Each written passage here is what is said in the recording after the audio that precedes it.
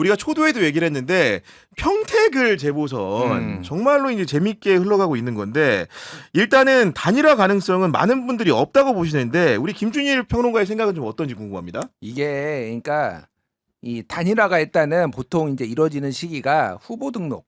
이제 후보 등록이 끝났잖아요. 오늘 목금에. 목금 그쵸. 목금에 네. 끝났어요. 근데 어쨌든 뭐 등록을 하더라도 그 후보 등록 초반에 이제 단일화를 하는 요가 한 번의 분기점이 있고 두 번째가 이제 투표용지 인쇄할 때 인쇄가 되느냐 안 되느냐. 왜냐면 어쨌든 인쇄가 되면은 거기에 찍는 사람들이 생기기 때문에 단일화 효과가 좀 반감되기 때문에 그 직전에 하는 거. 그리고 최후의 데드라인이 사전 투표 전에. 아 사전투표 전날까지. 사전 투표 네. 이후에 단일화는 이제 이게 너무 많이 이제 이탈표가 생기는 거지. 그래서 네. 요 세 번에 이제 그게 있어요. 그래서 지금 이제 단일화가 본격적으로 시작됐다고 보면 될 것 같고 이게 굉장히 재밌는 게 원래 울산 쪽의 단일화는 그 진보당 입장에서 보면은 평택을하고 패키지로 이제 딜을 하려고 했던 거예요. 원래 그렇죠. 조국 네. 대표가 들어오면서 다 꼬여버렸어.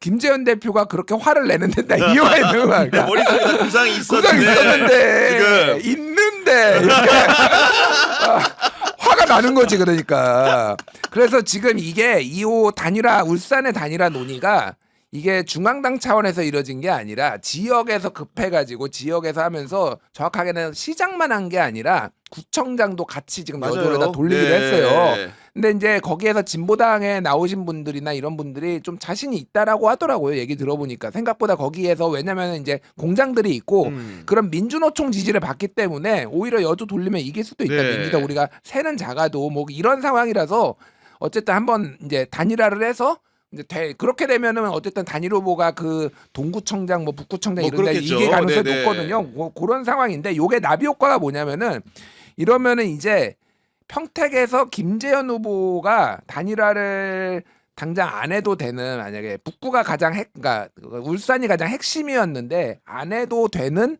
그런 이제 좀 독자적으로 좀 나와 있는 상황인 거죠. 예, 그래서 네. 완주를 해도 되는 상황이 되는 거예요. 그래서 이거가 만약에 하게 되면은 김용남이랑 하게 되는데 울산이 아니다 다른 지역을 가지고 당 대표로서 뭔가 딜을 할 수 있는 가능성이 아직 남아 있지만은 네. 지금은 울산이 해소됐기 때문에 상대적으로 단일화에 대한 압박이 이제 해야 되는 당위성이 좀 줄어들었다 이렇게 보시면 돼. 그래서 말씀하신 대로 단일화가 없을 가능성이 있고 다만 제가 그 황교안 대표 인터뷰했다고 했잖아요. 황교안 대표한테 물어봤어요. 단일화 해야 됩니까? 무조건 해야 됩니다. 유이동 후보랑은 유이동 후보랑 아, 그래요? 무조건 해야 됩니다. 예, 그래서 합당까지 이기는 합당을 해야 됩니다. 이분의 머릿속은 단일화밖에 없어 지금. 야 그렇구나. 이거 인터뷰 한번 해봐요. 폭파될 거예요 여기.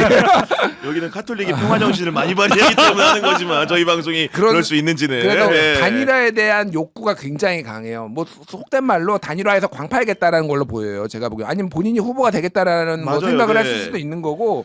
그래서 유이동 후보가 지금 약간 3등 3위권에 있잖아요. 오차범위 내지만은 그러니까, 수치로. 네. 그런데 11%면은요. 커요? 솔직히 얘기하면은 저라도 아무리 뭐 부정선거고 뭐고 저라도 단일화합니다. 이게 3%면은 도움이 안 되는데 11%면 맞아요. 이거저거 로스를 다 네. 감안을 해도 이거는 단일화를 그래서 보수가 먼저 하면은 이때면은 조국과 김용남은 단일화 가능성이 저는 없다고 보고요.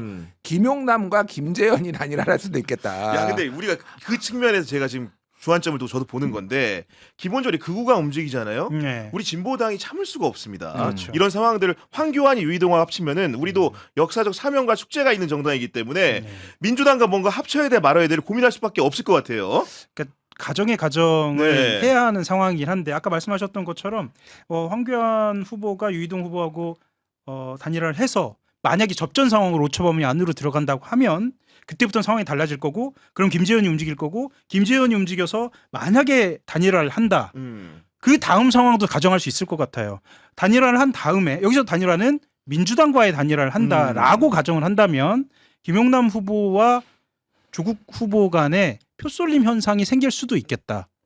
표쏠림 현상이 생기고 유이동 후보와 표쏠림이 누구라고는 말씀드리진 않았는데 네. 어쨌든 이 표쏠림 현상이 생기고 그 다음에 유이동 후보와 그 표쏠림이 생긴 이 1위 후보와의 접전 상황이 벌어지면 그때는 단일화 이야기가 나올 수도 네. 있지 않을까. 왜냐하면 조국 후보 입장에서도 국힘 제로고 김용남 후보 입장에서도 본인이 물론 모든 후보는 반드시 되어야 하겠지만 네.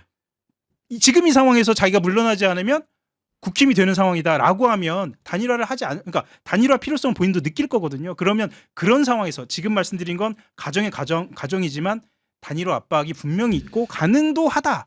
저는 약간 예. 도박적인 얘기고 이정주가 좋아하는 습관을 제가 안 하려고는 하는데 저는 이번에 확실하게 걸 수 있습니다. 진짜? 진보당과 민주당은 단일화합니다. 예. 왜냐하면 기본적으로 제가 그 전까지는 이런 말을 삼갔는데 금요일에 울산 모델이 만들어진 걸 보니까 정확하게 알겠어요. 그러니까 기초 단체장을 주고받는 구도를 만들었고 심지어는 진보당 후보로 확정한 곳도 있습니다. 경선을 하기로 한 곳도 있지만 여기에 더해가지고 광역의원까지 더한 상황이거든요. 맞아요. 그러니까 가장 큰 높은 시장 자리는 사실상 지금 여론 지형에서 100% 여론조사를 하면 김종훈 후보가 이기기 어려운 거예요. 내주는 거예요. 대신 실리적으로 밑에 기초단체와 광역의원을 취하겠다는 전략을 세웠다는 거는 평택에서도 김재현이 내려오더라도 다른 자리를 이익적으로 얻을 수만 있다면 충분히 단일화할 수 있다는 신호인 것 같고 울산 모델이 분명히 평택 모델로 이식이 될 것이다. 아까 말했던 조건은 기본적으로 황교안을 비롯한 극우 세력들이 준동이 있을 수 있기 때문에 그런 부분에 대한 명분적인 양보, 내란 세력을 심판하겠다는 정당의 지형과도 일치하기 때문에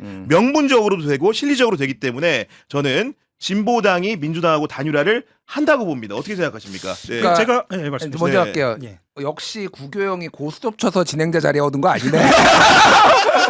예리해. 아주 예리해. 그러니까 진보당의 생각은 네. 울산이 어쨌든 거기가 이제 예전에 민주노총이 이제 정의당이나 민노당 지지하다가 지금은 이제 진보당으로 넘어왔거든. 그래서 노동자들이 많은 데가 이제는 진보당의 굉장히 중요한 근거지가 됐는데 평택을 지금 그거 보고 있는 거예요. 여기에 이제 삼성전자 공장도 있고 그러다 맞습니다. 보니까 여기를 제2의 울산으로 만들겠다 그래서 김재현 대표도 일찍 가고 여기에 이제 공을 들이고 당원들 다 와가지고 다 청소하고 있고 이제 발빛 자르고 모내기 열심히 하고 있고 모내기 지금. 하고. 네. 선관위에서 유권 해석이 내려왔어. 모내기는 기부행위가 아니다.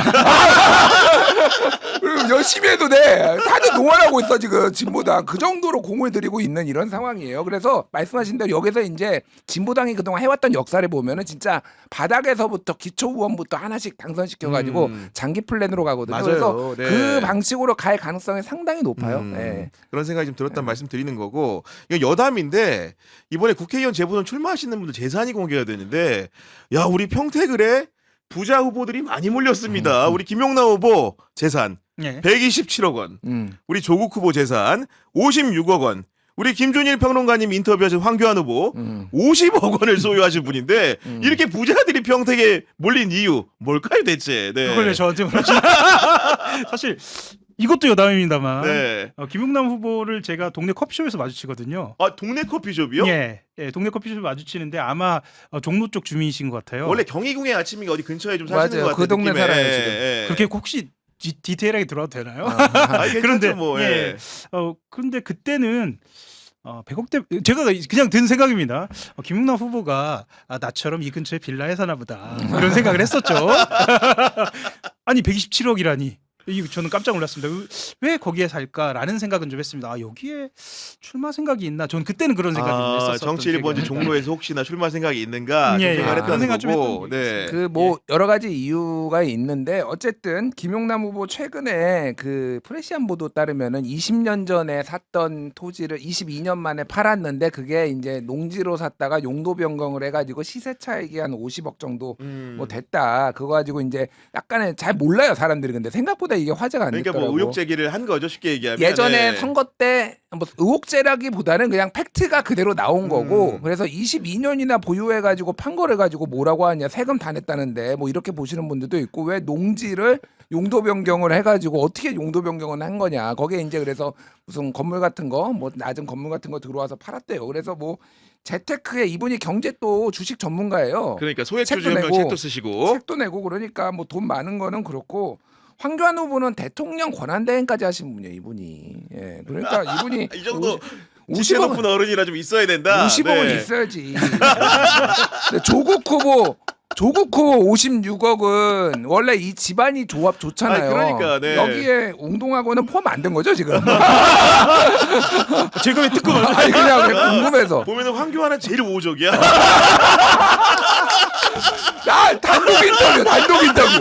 단독 인터뷰했다니까.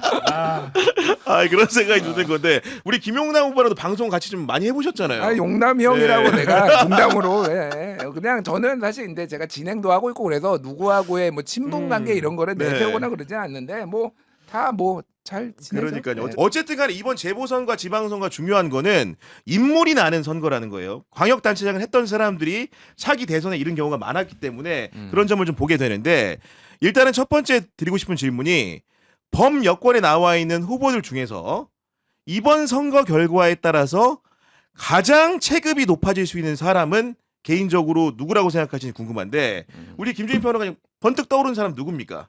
저는 뭐 사실 이번이 굉장히 재밌는 게 음. 지방선거보다 보궐선거 하는 데다가 여론조사 회사 얘기 들어보니까 완전 비수기래 옛날에 비해서 여조 의뢰가 안 지금 충북에 여조 어떻게 나오는지 아세요? 아니 안 나오는 것 같아 내가 보니까 지금 조사가 안 나와. 의뢰를 안 한대. 의뢰를. 여론조사 기관이 먹고 살아야 되는데 지금 먹고 살아야 되는데 비수기래. 근데 평택 의뢰하고 부산 북한 맨날 나와. 이틀에 한 번씩 나와. 이틀에.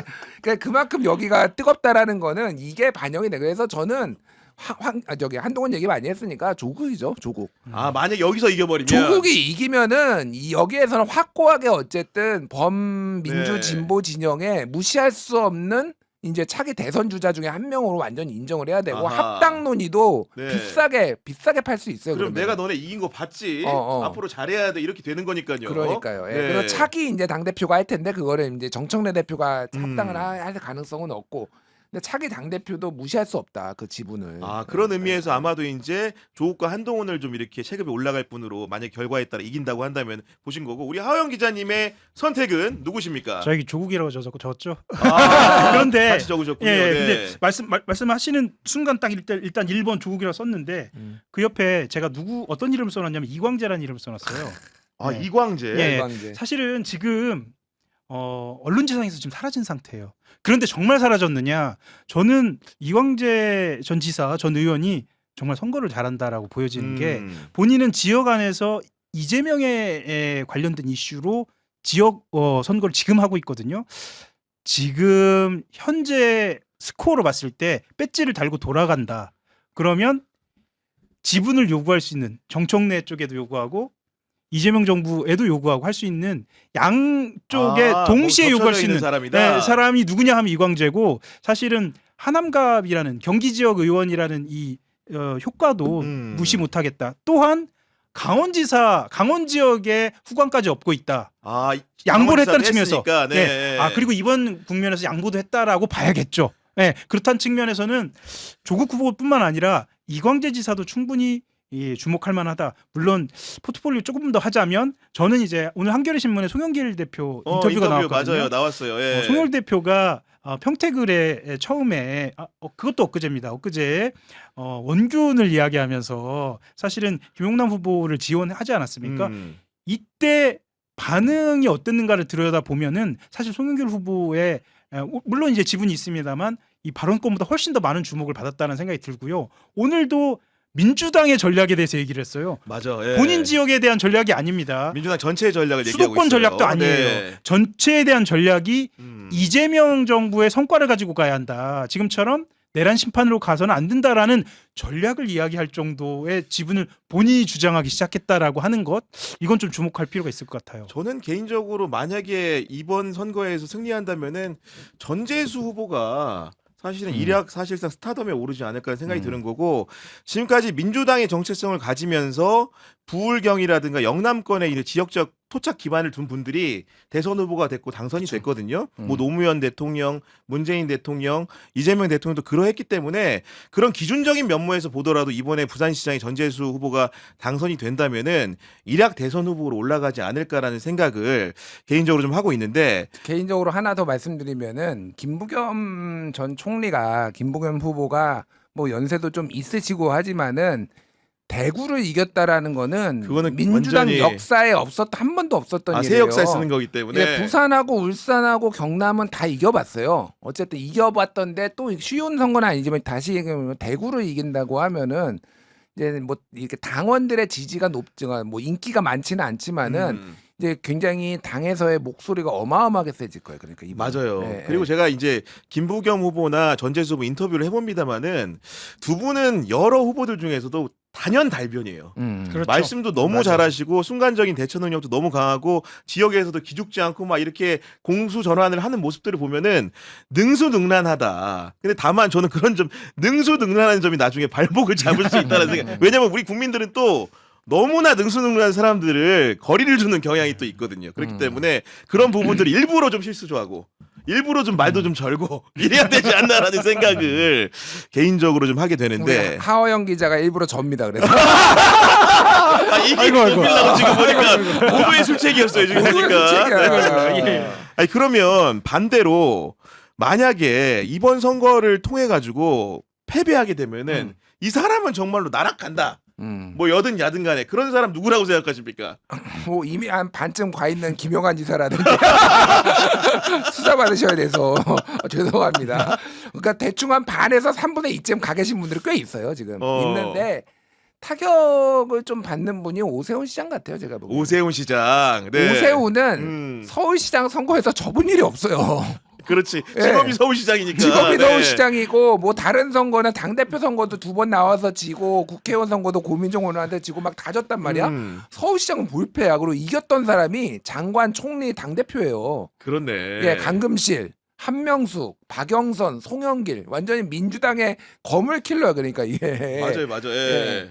그러니까 뭐 드래곤 슬레이어인가 뭐 잠룡들을 다 숙청하고 올라온 맞아, 사람. 예. 근데 그 오세훈이 진다라고 하면은 이제 대선 이게 지금 이번 지방선거가 그 2030년 대선하고 시기가 똑같아요 지금. 맞습니다. 1년, 그래서 여쭤보는 겁니다. 4년, 지금. 예. 5년 딱 이게 그 차이에 1년 차이로 지금 있는 거니까 제가 말하는 거는 그러면 이제 플랜은 오세훈의 플랜은 4년 더 하고 대선 나간다거든요. 네. 그게 다 이제 어그러지는 헝클어지기 거죠. 때문에. 예.